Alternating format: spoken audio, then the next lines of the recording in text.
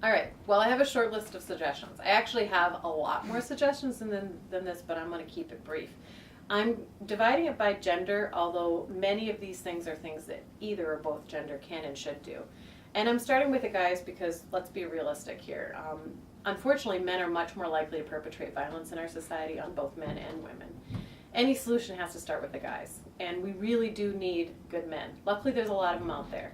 But when we have a perpetrator on campus and we finally bust them, if we can get them to confess, often they have sexually assaulted 5, 6, 7 women. So that's a lot of victims. So a few bad guys are making it very difficult for the good guys. So guys, you owe it to yourself to do a better job squelching this behavior, because it'll make women feel safer around men, which would be good for relationships. So what men can do to prevent dating violence, probably the first thing is to be good at communicating your desires to your partner and asking your partner about their wishes. If you listen and respect the answer, you will not get yourself into the danger zone. Consent to me should be a wholehearted, vocalized yes, okay? The person should be able to say yes, they should say yes and mean yes, and when you get to that, then you're safe. You've established an okay zone to be intimate. A person can give consent and take it back at any time, even in the middle of an intimate act, and that's something that you need to respect, or you've crossed a line into violent and dangerous behavior, which is illegal. If you can vow to confront abusive behavior when you see it, we will all be safer. If you get other people on your side, you can intervene. If you're in a place where you see something happening, call 911 and then use your voice. Say, hey, stop that. Many people have been saved just by a random person opening a car window and yelling at a guy not to do something. I've had people in here who have survived some pretty amazing violence who on the street were saved by just a random person. They never even know who it was to thank.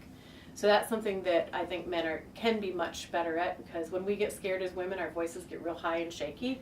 Men, when they're mad, they tend to boom out a really loud voice. So that's helpful. Another thing men can do is look inward. Have the courage to admit that you were raised in a sexist society, that women are objectified. When you pick up a magazine, when you pick up a film, especially if you watch pornography, you're seeing women turned into objects. Those are not real people the way that you view a media image. It's important to remember that women are real people and to treat them like that. If you can look inside yourself, you'll find places where society has sent you some very strange messages. Start noticing that, you're going to become a better person. You're also going to become a better partner eventually for a person in your life. Be an ally. There are many people in our environment working to make things safer for everybody. There are a lot of children in the world who need to be able to see men as whole beings, men with feelings, men who are strong and masculine without being mean or abusive. And we need the good men to be louder about that stuff. Think about where you're spending your money. Think about where you're spending your time. Are you funding sexism? Are you volunteering to help stop it?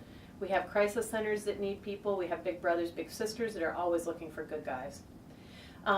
Part of that looking for good guys is we need more male mentors. We need people to teach young men how to become men who are good men. And we need that next generation to hear from this generation. And that's how we're going to create a ripple effect that makes people safer. So, the women end of things.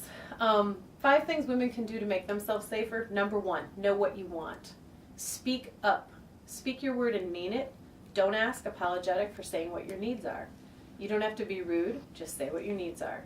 If you do that, you're going to be a lot safer. If you say no, say it firmly and say it like you mean it. Do not back down. It is always your right to say no at any time. Notice your fears and do not discount them. That's number 2.